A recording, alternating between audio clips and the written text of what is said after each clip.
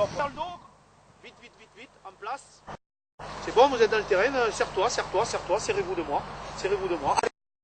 Hop, on y va, on y va, on y va, on y va, je. Ok, ça marche, 2 autres. On enchaîne et après on discutera sur tous mes lancements. Je vais en faire plein et c'est à vous de me dire ce qui va pas. C'est bon, c'est parti, c'est parti. Allez, quand tu veux, quand tu veux, quand tu veux. Ok, 2 autres, vite, vite, vite. C'est parti, c'est parti, c'est parti, je. Ok, autre, encore. C'est bon, je.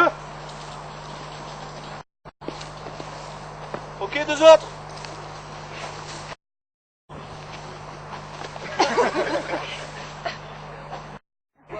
Stop. En quoi j'ai maîtrisé les lancements de jeu? Moi, j'estime que là, j'ai maîtrisé les lancements de jeu. La vitesse. T'as maîtrisé la vitesse. Ouais, j'ai maîtrisé la vitesse. Mais pour maîtriser la vitesse, il faut maîtriser l'espace. J'ai maîtrisé l'espace. D'accord? Première chose. Ensuite. Tu favorises sur l'un sur l'autre? Ça, c'est global. L'idée, elle est là. Qui c'est qui a parlé de rapport de force? L'idée, elle est là. C'est maîtriser complètement le rapport de force. Et pour maîtriser les rapports de force, il faut maîtriser le temps, l'espace et le potentiel. Il faut maîtriser ces 3 choses-là. Et si vous jouez sur ces paramètres-là, au bilan, vous aurez le rapport de force que vous voulez avoir. Et le rapport de force que vous voulez avoir, c'est un rapport de force juste en décalage avec ce que chacun peut faire, la notion de décalage optimum, dans la grande bulle de la sécurité. Là, j'ai mis personne en danger, et je ne vous connais pas comme joueur et joueuse, mais un coach, il connaît petit à petit après le potentiel de chacun. Et il doit adapter le lancement, la maîtrise de l'espace, la maîtrise du temps, d'accord, et la maîtrise du potentiel en fonction de ce qu'il connaît des joueurs. Est-ce que j'ai été clair? Le grand contre le petit. Quel type de lancement je fais? Si je veux donner au petit. Celui qui a encore des petits problèmes au contact. Il n'est pas très bon dans le jeu du sumo là-bas, il n'a pas tout pigé. Eh bien, petite distance, je fais écran, je donne le ballon. Premier lancement que j'ai fait. Et si après, j'ai deux grands as qui ont l'habitude de fighter, hop, espace, je donne le ballon très tôt, j'ai maîtrisé le temps, je donne le ballon très tôt, vous l'avez vu au début j'ai donné le ballon très tard quand ils étaient très proches de moi. Ensuite j'ai commencé quand il y a les 2 grands qui sont arrivés, j'ai même balancé le ballon loin.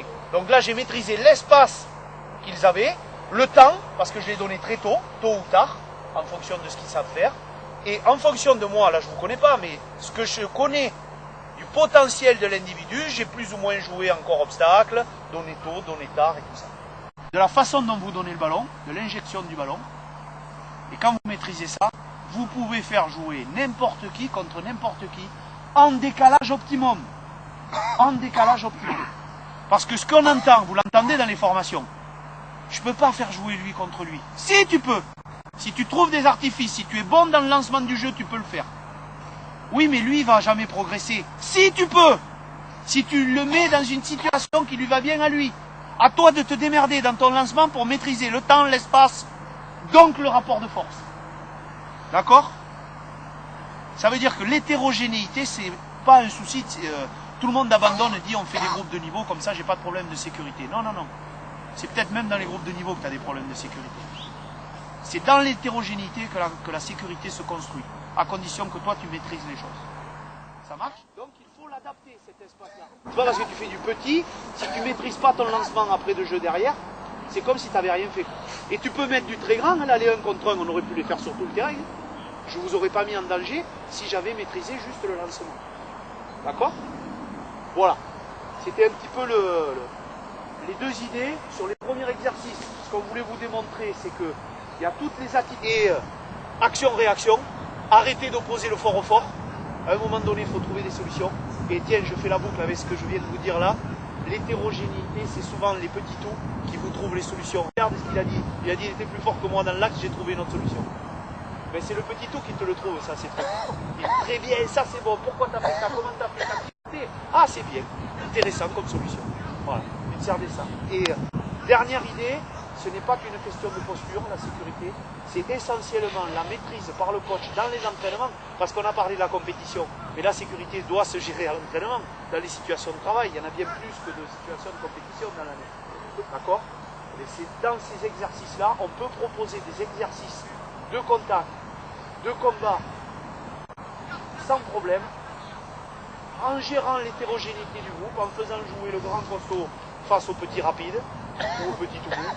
Tout le monde peut y trouver son bonheur, à condition que le coach maîtrise l'espace, le temps et le potentiel pour maîtriser le rapport de force dans ses lancements